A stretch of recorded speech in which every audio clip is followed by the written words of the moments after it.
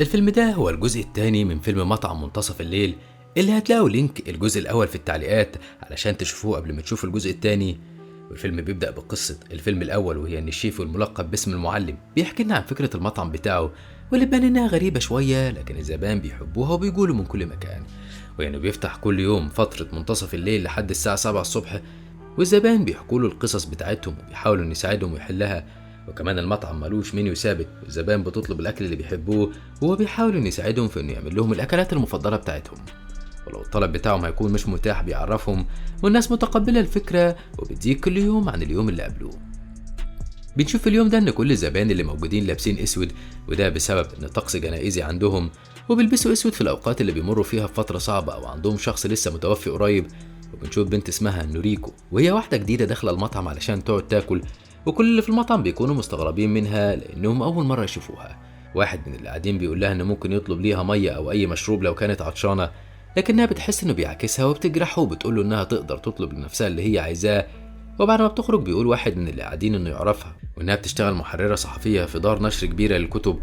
وبعد ما نوريكو بتخرج بتبدأ تحكي قصتها وإنها واجهت مشاكل في شغلها، والمفروض إن التقرير اللي عملته كان هو اللي يتنشر، لكن اللي حصل ان رئيس التحرير اختار تقرير لواحد تاني من اللي شغالين ولغى التقرير بتاع نوريكو، وده خلاها متضايقه جدا ومش عارفه تعمل ايه، وحاسه انها عايزه تسيب الشغل لكنها قررت تكمل وما تستسلمش.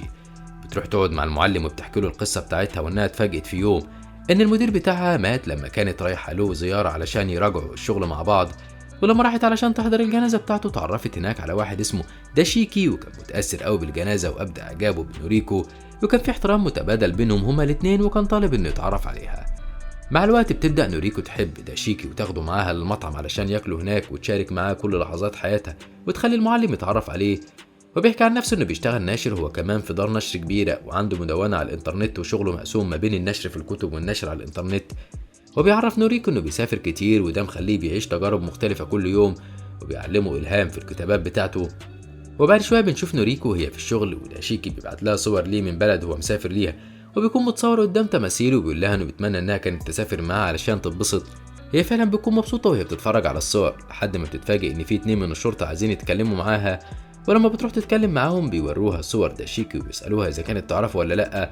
طبعا نوريكو بتكون مصدومة لما بتلاقي الشرطة بتسأل عليه، وبتسألهم بيسألوا عليه ليه، فبيقولوا لها ان ده مجرم ونصاب كبير، وكل شوية بيعرف واحدة ست جديدة وبينصب عليها وبياخد منها فلوس. وطبعا نوريكو بتنصدم لما بتعرف حقيقته وبتكون مش عارفة تعمل ايه، لكنها بتدخل في نوبة ضحك هستيرية وبتسيب التحقيق وبتقوم، وبتمشي في الشارع وهي مش عارفة تروح فين لحد ما بتوصل عند محطة الشرطة اللي قريبة من المطعم. وهناك ضابط شرطة بيتصل على المعلم بيروح علشان يشوف مالها، وبيفضل يقول لها ما تقلقش وكل حاجة هتكون كويسة. لكن في الوقت ده بيجي تليفون لنوريكو، وبتعرف من مامتها ان جدها توفى، وده بيأثر عليها اكتر وبيخليها في حالة سيئة اكتر. والمعلم بيقول اننا كنا فاكرين ان نوريكو حياتها انتهت بعد اللي حصل، لكننا في يوم اتفاجئنا بيها وهي داخلة علينا ومعاها شاب، وبتقول لنا انها انخطبت. والشاب ده بيرحب بالمعلم وبيرحب باللي قاعدين في المطعم كلهم، وبيقول لهم ان نوريكو على طول بتجيب سيرتهم وبتقول انهم عيلتها، وبيعرفهم ان حياته كلها تكون لنوريكو بس. اما داشيكي فبيتقبض عليه بتهمة النصب والاحتيال والسرقة. والمعلم بيقول لنا ان نوريكو كانت زعلانة لما سابته، لكنها في الاخر لقت السعادة الحقيقية مع شخص تاني. بعد فترة بنشوف واحدة اسمها سايكو وهي داخلة المطعم، وبتكون بتشتكي ان الجو حر وعايزة تشرب حاجة بسرعة قبل ما الاكل ينزل. المعلم بيقول لنا ان سايكو عندها ابن وحيد وعايشة معاه بعد ما جوزها مات، والاتنين مالهمش غير بعض، وان عندها شركة توصيل طلبات، وانها بتشتكي دايما من ابنها اللي شايفه انه فاشل ومقضي حياته بيلعب بينج بونج مع اصحابه ومش بيعمل اي حاجه مفيده. وبتكون سايكو معجبه بالاكل جدا، وبتقول عليه احسن طباخ في طوكيو كلها، خصوصا ان بعد ما مامتها تعبت ودخلت المستشفى هي ما بقتش لاقيه وقت تروح لها ولا تتابع الشغل. الناحيه التانيه بنشوف ابنها سيتا وهو بيلعب بينج بونج مع اصحابه، بيشتكي لواحد من اللي شغالين في المكان انه ما بقاش طايق حياته دي لان والدته عند جدته في المستشفى، وهو مضطر يتابع الشغل ويساعدها. وبعد ما بيخلص كلام معاه بيروح على المطعم عند المعلم علشان ياكل، وبيقابل مامته هناك وبتسأله بيعمل ايه هنا وهو لسه واكل في البيت. بيقول لها ان الاكل بتاع المعلم ما يتقاومش وهو مستعد ياكله في اي وقت. بعد ما بيخلص بيقوم علشان يحاسب، لكنها بتنادي على المعلم وبتقول له يضيف حسابه على الفاتوره بتاعتها. ولما بيقول لها انه يدفع لنفسه بتقول له انت كده كده واخد فلوسك دي مني. فبيحس سيتا بالاحراج وبيمشي. وفي يوم تاني بيكون سيتا قاعد في المطعم وبيشتكي للمعلم من معامله مامته، وواحد من اللي قاعدين بيطلب من سيتا يوري له ايديه. اول ما بيشوفها بيقول له انه واضح على ايدك ان عمرك ما اشتغلت في حياتك قبل كده، واكيد لو بتشتغل ومتحمل مسؤوليه مامتك مش هتتعامل معاك انك طفل تاني. تاني يوم بتروح سايكو على المستشفى علشان تزور مامتها، وبتتفاجئ لما بتلاقي سيتا هناك وبتسأله بيعمل ايه هنا. بيقول لها ان جدته وحشته وجه يشوفها، وانه هيخلص هنا وهيروح على الشغل علشان يتابع كل حاجه بنفسه. مامته بتكون مستغربه منه من اللي بيقوله ده، لكنها بتكون مبسوطه بيه. في نفس اليوم بالليل وفي نفس الوقت بيكون سايكو بالليل قاعد في المطعم عند المعلم، وبيوصل بنتين وهم رومي ومواري على المطعم، وبيكونوا لسه مخلصين لعب بينج بونج ولسه جايين على هنا. المعلم بيقول ان رومي جابت مواري معاها هنا من 6 شهور، ولسه لحد دلوقتي بتيجي وبقت واحده من زباين المكان اللي بيجوا على طول. ومع الوقت بتبدا سايكو تتعرف عليهم هما الاتنين، وبتحب موراي وبتعتبرها زي بنتها بالظبط. وبعد ما بترجع البيت بتلاقي سيتا قاعد مستنيها، وبيقول لها انه عايزها في موضوع مهم. فبتقول له انها لسه مدياله فلوس من كام يوم ومش هتديله فلوس تاني، لكنه بيقول لها انه عايزها في حاجه تانية، وبيعرفها انه عايز يتجوز. سايكو بتفضل تضحك وبتتريق عليه، وبتقول له انه لسه مش عارف يشيل مسؤوليه نفسه علشان يتجوز. فبتسيبه وبتقوم. وتاني يوم في الشغل بيخلص سيتا اللي عنده وبيخرج علشان يقابل حبيبته اللي عايز يتجوزها، واللي بتكون موراي. وبيقول لها ان مامته رفضت الفكره كلها وقالت له انه مش هينفع يتجوز في الوقت الحالي. فبتقول له موراي انها عارفه ان الموضوع مش هيكون سهل، لكنها مستعده تحاول تاني معاه لحد ما يحققوا اللي هم عايزينه. تاني يوم بتكون سايكو قاعده في المطعم، وبتيجي موراي وتقعد معاها، وبيكون واضح على موراي انها متضايقه. بتسأل سايكو متضايقه من ايه، فبتقول لها موراي انها بتحب واحد وامه مش موافقه اننا نتجوز. طبعا سايكو بتكون مش عارفه موراي بتتكلم عن مين، فبتقول لها ان اي ام تتمنى انها تكون مرات ابنها وهي اللي خسرانه. تفضل تقول لها تحاول لحد ما تتجوز الشخص اللي بتحبه في الاخر وما تستسلمش مهما حصل. اثناء ما هم قاعدين بيدخل سيتا وبتفاجئ لما بيلاقي امه قاعده مع مواري، وسايكو مش عارفه انهم عارفين بعض اصلا. وبتعرف ابنها على مواري، وبتقول له مواري ابن عايز يتجوز واحده ولسه مش عارف يتحمل مسؤوليه نفسه وانا رفضت. وساعتها بتتصدم مواري وبتكون مش عارفه تتكلم، وبتقوم علشان تمشي، لكن سيتا بيقول لها تستنى، وبيواجه مامته انه بيحب مواري وعايز يتجوزها، وهي دي البنت اللي كان بيتكلم عنها طول الفتره اللي فاتت دي. ساعتها سايكو بتتصدم وبتكون مش عارفه تتكلم، وكلامها كله بيتغير لما بترجع البيت مع سيتا. بتقول له ان مواري مش مناسبه ليه لانها اكبر منه بكتير، وما ينفعش يبقى في فرق سن كبير كده بينهم هما الاتنين. لكن سيتا بيقول لها انها قالت قبل كده ان الفرق في السن مش عائق بين الراجل والست لو كانوا بيحبوا بعض. فبتقول ان ده كلام ممكن تقوله لاي حد، بس مش هتقبل بيه على ابنها الوحيد. وسيتا بيقول لها انه دلوقتي فهم الموضوع كله، يعني بتخاف عليه زياده عن اللزوم من وقت ما باباه مات، وخايفه من احساس ان واحده ست تخطفه منها ورافضه الفكره علشان كده بس. والكلام ده بيضايق سايكو وبيخليها تسيبه وبتقوم.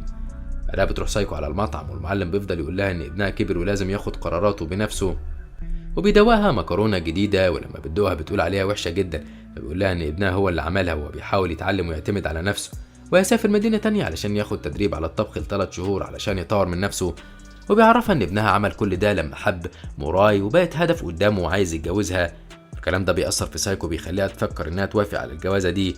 في نفس الوقت بيكون سيتا ومواري بيتكلموا مع بعض، وسيتا بيقول لهم انهم ممكن يهربوا ويتجوزوا، لكنه مش عايز يتخلى عن مامته. فبتقول له مواري انها احترمت كلامه ده، وانه مش عايز يسيب مامته او يعمل حاجه غصب عنها، ولو كان عمل حاجه غير كده كانت هتخاف منه وهتقول عليه ممكن يعمل نفس الحاجه دي معاها. علشان كده بيقرروا هما الاتنين انهم يروحوا يواجهوا سايكو ويتكلموا معاها ويقولوا لها انهم بيحبوا بعض وعايزين يتجوزوا. بنروح بعد كده القصه الثالثه، وهي السيده يوكيكو اللي جايه مخصوص لطوكيو علشان تقابل واحد من الناس اللي شغالين في شركه ابنها وتديله شنطه فيها فلوس. وده بعد ما ابنها كلمها في التليفون وقال لها انه محتاج فلوس ضروري علشان الشركه بتاعته، وقال لها تقابل المساعد بتاعه وتديله الفلوس دي وهو هيبقى يوصلها له. فعلا بتقابله وبتديله الفلوس، وبعد كده بتركب تاكسي علشان تروح، وبتكون مش عارفه تقول ايه لسائقه التاكسي هي ساكنه فين. والسائقه بتاخدها على مكتب الشرطه اللي جنب المطعم لانها ما تعرفش مكان بيتها، والشرطه هي اللي هتساعدها. بتحكي للظابط على اللي حصل، وانها قابلت مساعد ابنها علشان تديله الفلوس اللي ابنها طلبها. والظابط بيسالها عن اسم الشركه بتاعت ابنها لكنها ما بتعرفش تجاوب. ده بيخلي الظابط يشك وياخد منها الرقم اللي جالها منه التليفون، ويقول لها ان ده ممكن يكون حد نصاب وبيضحك عليها ومش ابنك اصلا. والسيده يوكيكو بتكون مصدومه وحاسه انها اتوترت من اللي قاله، ولما بيسالها هي ساكنه فين بتقول انها ما تعرفش. فبيفهم الظابط انها ممكن تكون مريضه وبتنسى بسبب سنها، وبتتصل على محققين يبلغهم بالحادثه. المحققين بيراقبوا المكان كله علشان لو الشخص الغريب اللي اخد منها الشنطه ظهر يقدروا يقبضوا عليه. بعدها بيروح ضابط الشرطه على المطعم بتاع المعلم، وبياخد معاه السيده يوكيكو علشان تاكل هناك، وبيعرف المعلم انها مش معاها فلوس ولا عارفه مكان بيتها. المعلم بيقدم لها الاكل والشرب وبيتعامل معاها كويس جدا، والاكل بيعجبها وبتقول له ان ألذ اكل اكلته في حياتها. بعدها بيخلي بنات من اللي بيقعدوا في المطعم ياخدوها علشان تبات في فندق صغير لانها ملهاش مكان تاني تبات فيه، لكن الموضوع بيكون مش مريح ليها. بتقرر واحده اسمها هوزوكي انها تاخدها تبات عندها، وبتخصص لها اوضه المساعده بتاعتها تنام فيها، والمساعدة بترحب بالسيدة يوكيكو وبتقول لها تعتبر نفسها ببيتها، ولو احتاجت أي حاجة في أي وقت هي هتساعدها فيها. السيدة يوكيكو بتحب إنها تشكر المساعدة وبتاخدها تعزمها على الأكل، وبعد ما بيخلصوا بيفضلوا يتكلموا مع بعض شوية، وبيروحوا بعدها الرحلة على المركب وبيقضوا اليوم مع بعض. المساعدة بتشك إن السيدة يوكيكو عندها الزهايمر وتتخيل موضوع الفلوس ده، علشان كده بتروح تبلغ مكتب الشرطة، والشرطة بيقول للمعلم، والمعلم بيقول له إنه هيدور في الموضوع ده ويعرف بنفسه. وبيدوروا وبيوصلوا لأخو السيدة يوكيكو وبيقول له إن أخته مش مريضة ولا حاجة، لكن المشكلة إنها زمان اتطلقت من جوزها وسابت ابنها واتجوزت شخص تاني وعاشوا مع بعض. ده خلى ابنها يعتبر إن ملوش أم وبعد عنها، وبقاله سنين طويلة مش بيتكلم معاها، علشان كده بسبب الصدمة اللي هي فيها بتتخيل أوقات إن ابنها بيتصل بيها وبيطلب منها حاجات. والمعلم بيفهم إن المشكلة بتاعت السيدة يوكيكو هتتحل لو قابلت ابنها، بيروح للشرطة وبيقول له إنه محتاج مساعدة إنه يرتب لقاء بين السيدة يوكيكو وابنها من غير ما ابنها يعرف، لأنه هيرفض يقابلها حتى لو هي شافته من بعيد، أكيد حالتها هتتحسن. فعلا بيروح الشرطي على بيت ابن السيدة يوكيكو وبيقول له إنه تايه وكان بيجري ورا حرامي ولقى نفسه هنا، وبيسأله على المكان اللي هم فيه ده. فبيدخل الابن يجيب خريطة وبيقف في الشارع علشان يشرح للشرطي، والسيدة يوكيكو بتكون في العربية وبتفرح جدا لما بتشوف ابنها، خصوصا لما بتشوف حفيدها كمان وبتعرف إنها بقت جدة. ده بيخلي حالتها النفسية تتحسن وبتحس إنها فرحانة، لكنها مش بتنزل من العربية، بتفضل تتفرج عليهم من بعيد بس. وبعد ما بتخلص بترجع تاني على المطعم وبتشكر المعلم على كل اللي عمله معاها. المعلم بيقول لها إنه ما عملش أي حاجة وإن ده واجبه، وإن أي حد مكانه كان عمل أكتر من كده، وبيقدم لها الأكلة المفضلة اللي عجبتها لآخر مرة، وهي بتاكل وبتستمتع بالأكل جدا، وبتقول إنها لو رجعت هنا تاني لأي سبب هيكون المطعم ده هو أول مكان تيجي عليه. وبيعرف منها المعلم إنها ترجع مع أخوها النهاردة وإنهم خلاص حجزوا القطر. وبعد ما بتمشي بيرجع المعلم تاني على المطعم بتاعه وبيقعد مع الزبائن اللي بيعتبروه واحد من العيلة، وبيكون التلج نزل مرة تانية وفصل الشتاء جه عليهم، وكلهم بيهنوا بعض بالسنة الجديدة. وبيقول المعلم إن الحكايات بتاعة المطعم لسه ما خلصتش، لأن مطعم منتصف الليل على طول بتحصل فيه أحداث مختلفة، وبيخلص فيلمنا على كده. لو عجبكم بقى ما تنسوش دعمنا باللايك والشير للفيديو والاشتراك في القناة وتفعيل الجرس علشان يوصلكوا إشعار بكل جديد بنعمله.